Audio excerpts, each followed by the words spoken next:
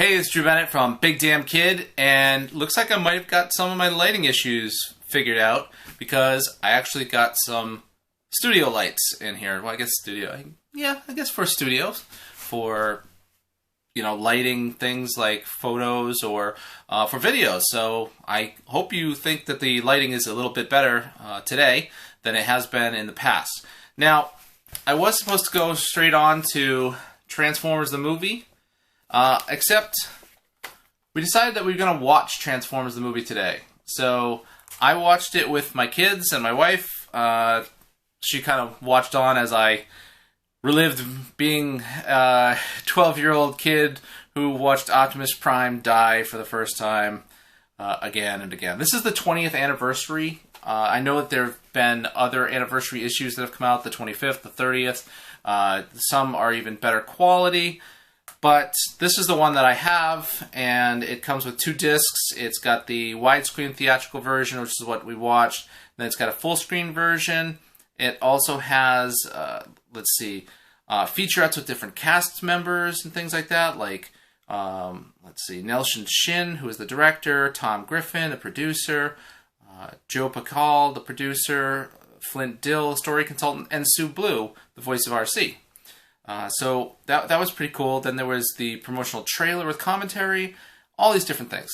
So we're watching this, and my daughter says to me, it starts off, it's the year 2005, and she goes, we're watching a historical movie.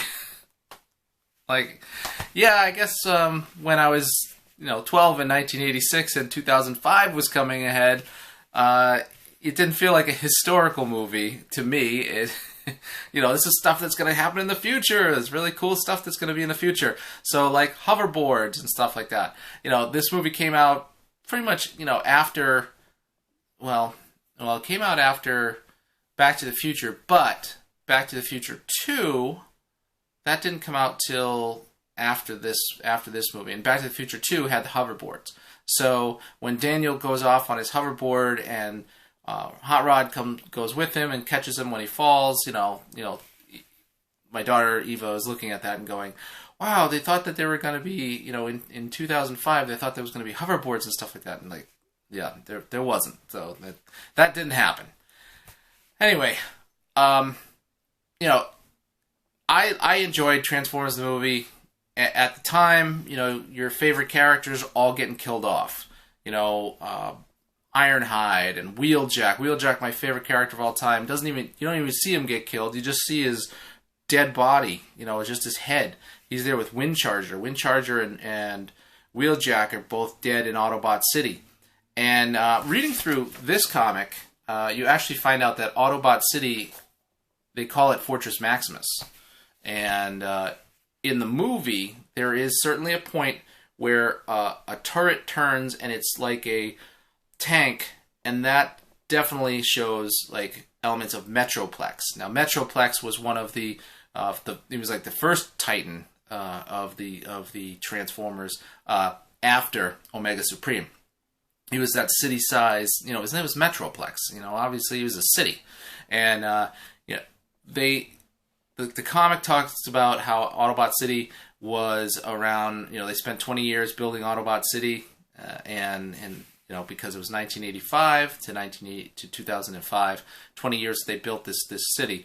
I thought for most of the time they were hiding and pretending that they're robots in disguise, but whatever.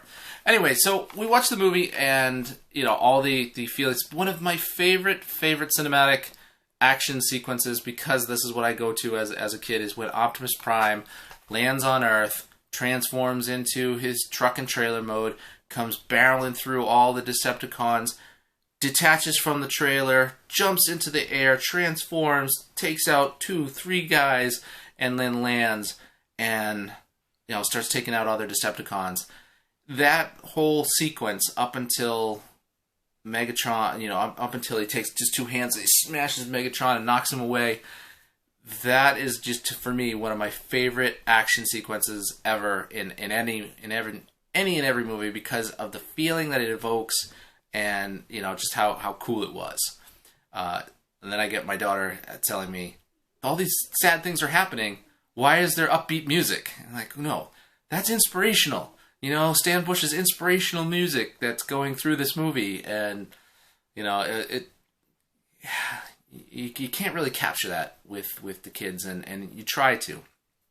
So I think maybe we'll start looking at some of the older cartoons, which I have the big case that looks like the Matrix of Leadership, and you know, it pulls apart in the middle. It's really cool. It's interesting that in this and in the movie and the comic, they talk about the Matrix of Leadership, but throughout the comic books, it doesn't talk about that. And this comic book came out in 1986, right after the movie, and you know, alongside with the movie. Whereas some of these other ones that still haven't said anything about it came out later. So I'm wondering where in the comic books we actually say the Matrix of Leadership, and it looks like the Matrix, but I don't know. I should be showing you something very soon where I have two comic books that are coming that are going to be homages to the cover. I don't even think it's this cover. It's like the original cover of the Transformers. I don't know if it has anything in there. In here. No, nothing in here that looks like the original. Maybe. I don't know. Well, anyway, Ripped Apparel had a couple special comic book covers. You know, in addition to being a Ripped Apparel affiliate for their T-shirts and stuff. When you saw yesterday's the Beetle, well, I also anything on their site, you know, I'm an affiliate for. So they also had two special edition comic books that recreated this cover and the movie cover, I believe. So those should be coming, and I'll show you that when they do. Anyway, yeah, it's the weekend, so it's going to be tough for me to even get to doing some of these and then reformatting it and doing it in a different video camera, which is going to be, you know, tough. So I'm not doing that. I'm using one of my lesser cameras at this point for this. Sorry, but it's got good lighting.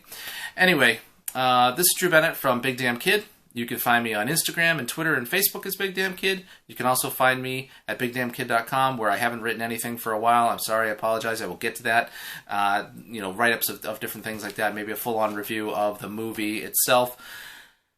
Who knows? Anyway, thanks for watching.